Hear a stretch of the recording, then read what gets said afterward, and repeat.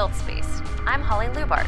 Today I'm joined by Scott O'Barr of John Milner Architects, based outside Philadelphia. He's also one of AIA Pennsylvania's new board members. Thanks for joining us today, Scott. Thanks for having me, Holly. So Scott, you moved from Tennessee a couple years ago up to Philadelphia. What was your reaction to some of the Philadelphia architecture? I think I really enjoyed the diversity of architecture in Philadelphia and the rich history from the founding of the country all the way up to modern times. The architecture in Philadelphia is as diverse as the people, modern, classical, colonial. Who were some of your earliest influences in becoming an architect? You know, I'd have to say probably my father. He was a home builder, so on the weekends I would be, as a little kid, around the home sites, you know, climbing up framing and always looking around, and I saw how things went together, and I think I really wanted to take that into the next step, and I didn't really swing a hammer well, but I could draw, so it was a perfect fit. How would you contrast buildings that were built by an architect versus those who weren't built by an architect? I think you can look at a building and its scale and proportion. It's the partie of the building.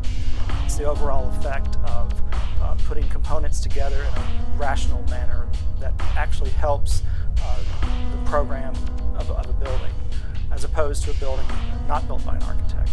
Architects are problem solvers, and we approach problem solving in a much more visual way than the average layperson.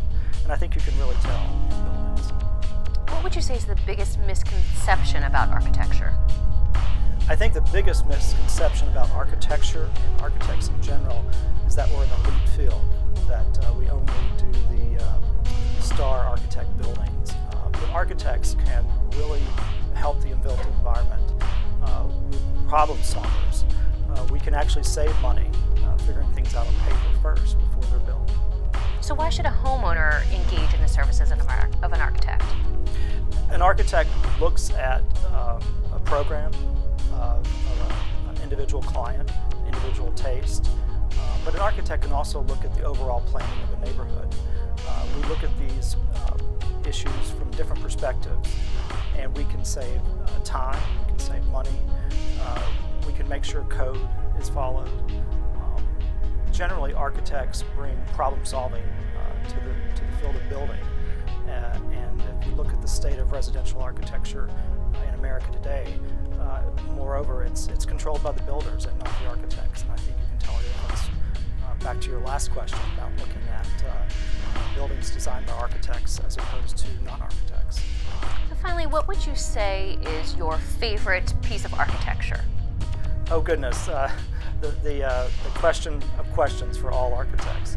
I don't know if I have one favorite building, but I think I would move toward buildings that are more elegant, that are more proportional. For example, the Pennsylvania State Capitol, which we're looking at right now, is one of probably the most beautiful state capitals in all of the nation.